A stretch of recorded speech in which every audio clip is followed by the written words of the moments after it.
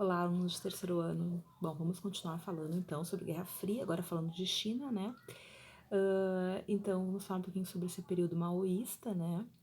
E basicamente, né, quando Mao Tse-tung, que era a liderança do Partido Comunista Chinês, chegou ao poder em 49, né? Ele era o grande nome do partido e basicamente a ideia então foi promover uma perspectiva buscando, né, uma maior igualdade social, né, e estabelecimento do comunismo, que na verdade nunca aconteceu também, né, a China ficou numa perspectiva de socialismo real, né, com sua leitura, com a sua trajetória diferente da União Soviética, né, muito mais camponesa, assim, enfim, então logo no início já foram feitas algumas medidas nesse propósito, né, de combater essas desigualdades, entre elas a nacionalização das indústrias, né, ou seja, buscar, né, as, digamos assim, a socialização dos meios de produção, né, então essas indústrias, elas vão ser nacionalizadas e vão ser controladas, né, por uma conjuntura, mas que, claro, respondendo ao Partido Comunista Chinês, que vai ser um partido extremamente centralizador, até hoje é, né, das decisões, digamos assim, certo? Então vai promover reforma agrária também, né, vai investir principalmente em indústria pesada, a China ela era muito atrasada, assim, né, materialmente falando, industrialmente falando, enfim, né, a China era muito camponesa, sofreu uma destruição gigantesca, não só pela questão da Segunda Guerra, com a invasão do Japão, enfim, né, no seu território, mas também né, no próprio processo de guerra civil, né, a gente teve uma guerra civil na China até a chegada, então, do Partido Comunista Chinês em 49, certo? Então, basicamente, começou a se organizar cooperativas, né, a ideia, então, era proporcionar que as pessoas tivessem uma renda melhor, né, com o aumento dos salários, enfim, mas no primeiro momento a produtividade ainda não era a mais adequada, porque a tecnologia, como eu falei para vocês, era muito incipiente, né? Até estranho de pensar, porque a China é uma civilização assim, né, milenária, uma civilização que inovou demais, né? Criou uma série de coisas que nós temos até hoje, né? Se for Leonardo da Vinci, foi a China, geralmente a gente fala isso, né? Bom, enfim, então basicamente, mas a gente não tem essa perspectiva, né? Então, o Mao Tse Tung, que era então a liderança, né? Outro pessoa que vai se colocar, né? Que vai ser um ditador, que vai perseguir um monte de gente, que vai, né, estabelecer uma ditadura, que vai, né? A gente vai chamar de maoísmo, né?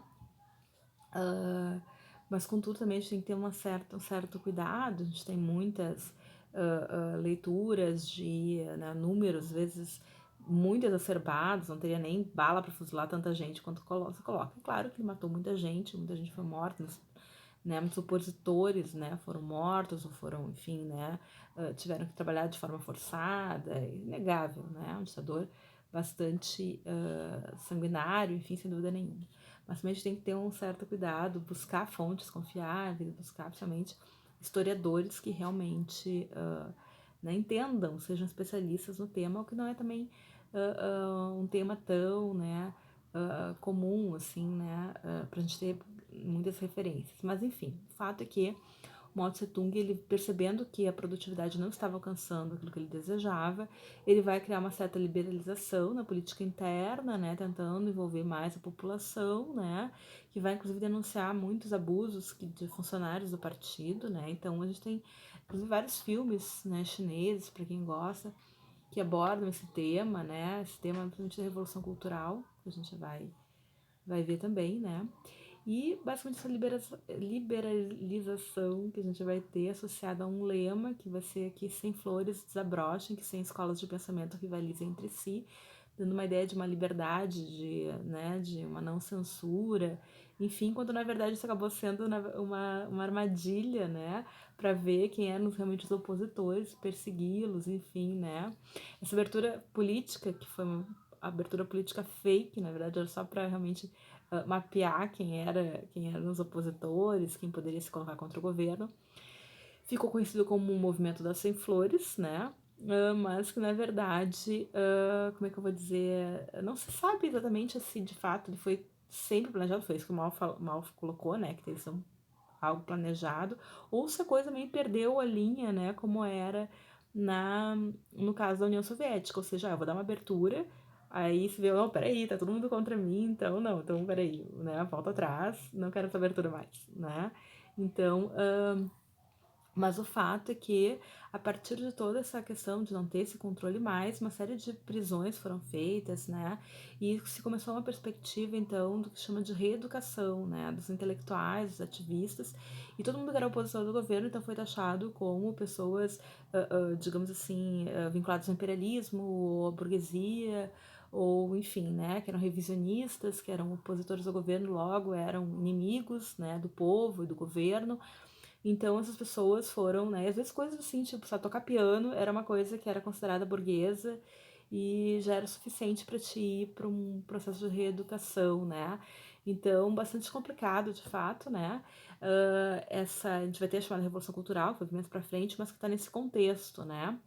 Bom, então, basicamente, depois, nessa perspectiva, o Mao, ele também lançou um novo plano quinquenal, tipo, baseado mais ou menos no que a União Soviética fazia também, né, perspectivas de 5 em 5 anos, de metas, enfim, né, e o título desse programa era Grande Salto para Frente, né, a ideia era realmente investir numa industrialização de forma rápida, né, a formação de espaços de produção agrícola, né, muito grandes, que ficaram conhecidos como comunas populares, eram grandes latifúndios, né, unidades agrícolas, que eram que trabalhavam, né, no qual trabalhavam milhares de pessoas e tentando, né, fazer essa produção se acelerar, né, e que isso então, né, como eu falei para vocês, a tecnologia ainda era muito complicada, ainda mais depois da ruptura com a União Soviética, né, então tem um quadrinho aqui no livro de vocês, na página 178, que fala um pouquinho sobre, novamente, sobre essas tensões, né, sobre essa perspectiva que havia da União Soviética e a China fazerem um grande bloco de força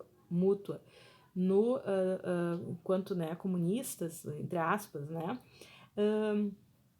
vai se romper. Então a China tinha expectativa de receber então toda a tecnologia para desenvolver uma bomba atômica, etc, né, e isso tudo né, acabou havendo essa ruptura, né, e claro, o Mao Tse-tung, né, ele que era a grande liderança, ele era visto como um guia, né, tanto que ele vai ser chamado de grande timoneiro mais tarde, enfim, né, ele vai ser no grande nome, né, essas relações, né, que foram rompidas principalmente por essas críticas mútuas entre o Khrushchev né, a representante da União Soviética e a China, que, né, criticava a coexistência pacífica com os Estados Unidos, já que os Estados Unidos não reconhecia, né, a China, a República Popular da China, reconhecia como realmente a China seria, na visão estadunidense, naquele período, era Taiwan. Só na década de 70 que isso vai ser...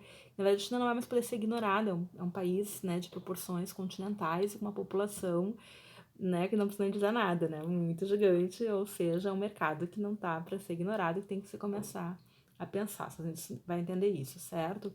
Então, basicamente, a gente vai ter depois essa reversão. Bom, esse grande salto para frente, como eu falei para vocês, esse programa de produção, de investimentos, as reformas acabam não tendo o resultado que o Mao, né, tinha intenção, né? E aí nós vamos ter algumas rupturas internas do partido, vamos ter algumas... Ele vai perder um pouco, né, essa força, digamos, num primeiro momento, outros nomes vão surgir e vai ter uma série de tensões ali dentro, certo? O fato é que vai haver, então, uma briga interna, né, dentro do partido. Então, na década de 60, basicamente, o Mao Tse-tung vai começar a tentar fazer expurgos, né, como Stalin fez no seu período, né, tentando todo mundo que era opositor político dentro do governo, dentro do partido, né, opositor político dele, né, claro.